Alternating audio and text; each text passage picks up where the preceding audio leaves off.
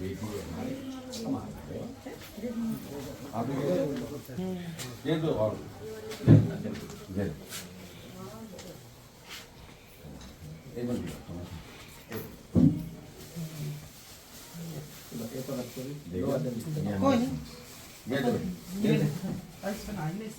आ जाएगा।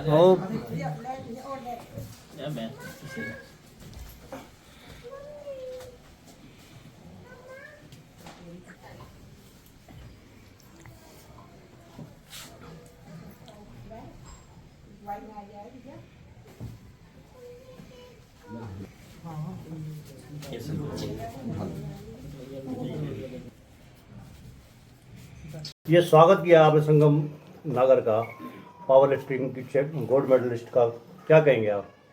ऐसा है, संगम नागर ने हमारे पलवल ज़िले का ही नहीं, फरीदाबाद ज़िले का ही नहीं, पूरे देश में संगम नागर ने नाम किया है। और हरियाणा में खासकर हमारी बेटियों ने, चाहे कबड्डी हो, चाहे कुश्ती हो, कोई भी, वॉलीबॉल हो, और जो वेट लिफ्टिंग में हमारी बेटी लाई है, तो आज पूरी दुनिया में हरियाणा पहले नंबर पे है कबड्डी और कुश्ती के मामले में, खिलाड़ी के मामले में।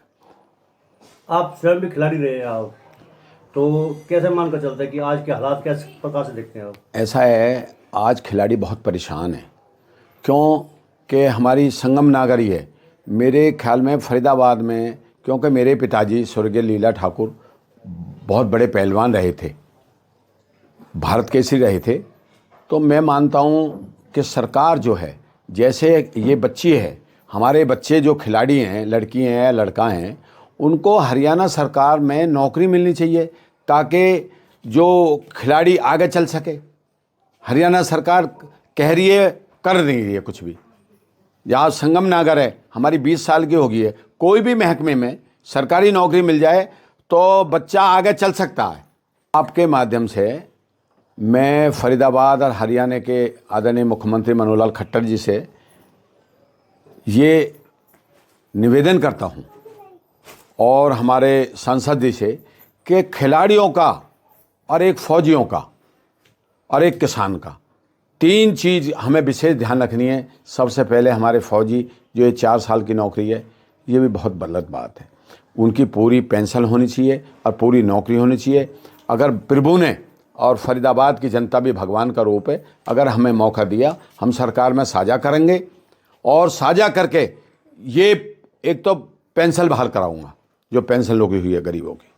सबसे पहला काम, बेरोजगारी आज इतनी है भूटानी साहब के फरीदाबाद लोकसभा में मैं कई बार उठा चुका, फरीदाबाद लोकसभा में 5 लाख के करीब बेरोजगार है नौजवान।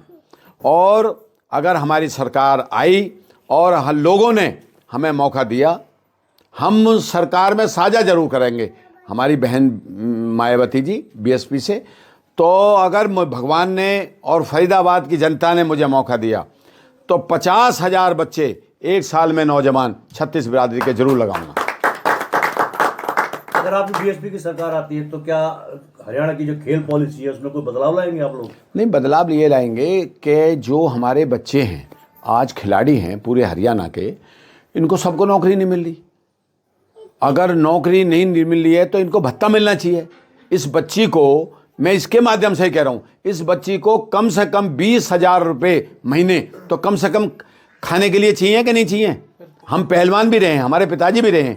आज हमारा छोटा भाई है शीशपाल पहलवान रहा है, मेरा भतीजा सुनील रहा है, आज सागर पहलवान रहा है। हमारे घर में आज भी 4-5 पहलवान हैं और चौथी पीढ़ी हमारी तैयार हो रही है। तो हम तो खेल के बारे में सब जानते हैं। हर साल हम अपने पिताजी की याद में दंगल कराते हैं।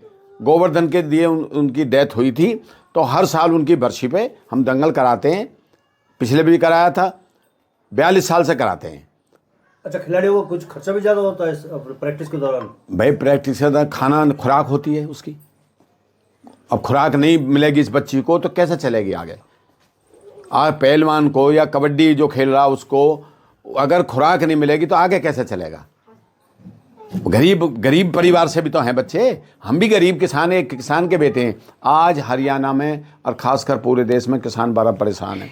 आपने देखा होगा आपने महसूस किया होगा कि जो खेलों में लड़कियां हैं उनकी संख्या काफ़ी कम है, हालांकि संख्या बढ़ भी रही है लेकिन संख्या लड़कों के अनुपात में कम आ रही है। इसके पीछे क्या वजह हो सकती है कि पेरेंट्स को भरोसा नहीं है इस अपनी जो खेल पॉलिसी है? असल में पेरेंट्स को भी चलो भरोसे की तो हम ये कहते हैं कि कोई भी माँ बाप हो, मैं इनके माता पिता को और खिलाड़ियों के माता पिता को और एक फ़ौजियों को मैं हाथ जोड़ कर नमन करता हूँ कि वो अपने हिस्से की इनको जो है खुराक देते हैं, तो वो धन्यवाद के पात्र हैं जो माँ बाप हैं। सबसे पहले माँ बाप हैं।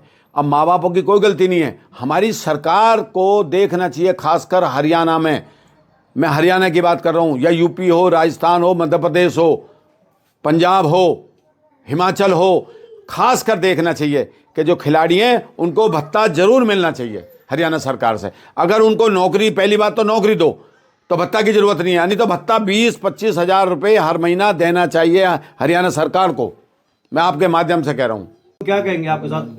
किशन पाल सर का धन्यवाद करना चाहता हूँ। पहली बात ये हमारा धन्यवाद करने आए इसलिए।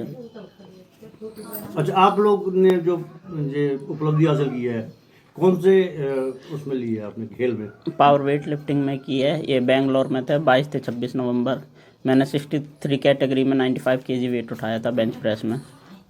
अच्छा, संगम 10 खिलाड़ियों ने, हरियाणा के प्लेयर्स ने मेडल उठाए हैं, क्या मान कर चलते हैं कि हरियाणा में प्रोग्रेस बढ़ रही है?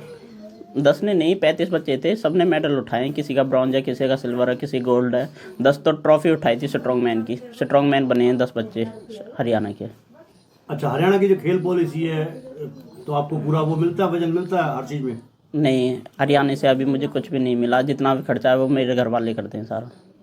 जैसे किशन ठाकुर जी ने कही है कि 20,000 प्रति महीने मिलना चाहिए खिलाड़ियों को, क्या कहेंगे?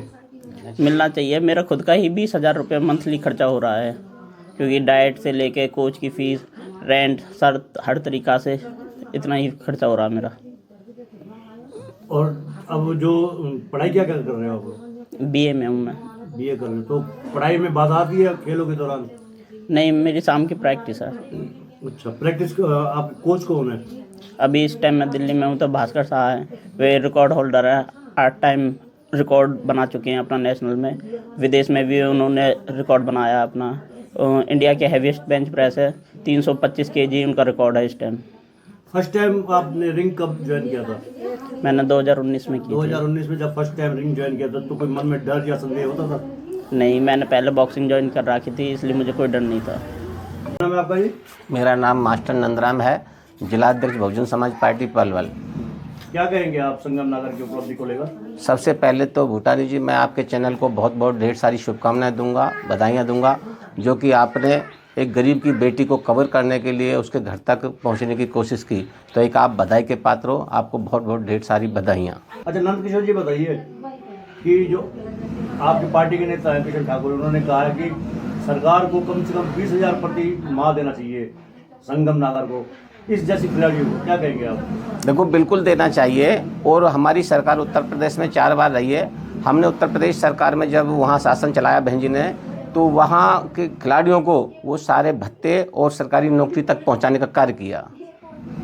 तो किशन ठाकुर जी की मांग को किस प्रकार से देखते हैं आप? बिल्कुल पॉजिटिव देखते हैं हम तो। हमारे जो सांसद साहब जो अपनी बात रख रहे हैं बिल्कुल सही रख रहे हैं। अगर हमें बहुजन समाज पार्टी को कभी मौका मिला हरियाणा प्रदेश में या अपने केंद्र राज्य में, तो बिल्कुल ये 100% हमारे तो ये खिलाड़ियों को सम्मान देने का कार्य करेंगे और सरकारी नौकरी देने का कार्य करेंगे। और मैं ये कहूँगा कि हमारे जैसे नेताजी ने कहा, उसे ही इसमें बहुत रुचि रखते हैं किशन ठाकुर जी, जो हमारे नेता हैं बसपा के। उन्होंने जो कहा है बिल्कुल डंके की चोट पर कहा है, क्योंकि वो खिलाड़ियों का दर्द समझते हैं। कैसे? क्योंकि वो खुद ही इस क्षेत्र में रहे। जब वो इस क्षेत्र में रहें तो वो इस क्षेत्र के बारे में बहुत कुछ ज़मीनी स्तर से लेकर के जानते हैं। तो वो ये भी जानते हैं कि इसमें कितना इन्वेस्ट होता है और इसमें कितनी मेहनत करनी पड़ती है, कितने परिवार की और दोस्तों की इसमें मदद लेनी पड़ती है, सरकार की भी इसमें भूमिका होनी चाहिए। तो वो उनकी जो मांग है बिल्कुल जायज़ है। और हमारे नेताजी ने जो कहा है कि 20,000 रुपया आज के हिसाब से भत्ता दिया जाए कम से कम, मैं तो ये कहूँगा 20,000 की जगह इनको 30,000 दिया जाए भत्ते। और भी बहुत खर्चे होते हैं खिलाड़ियों के सामने।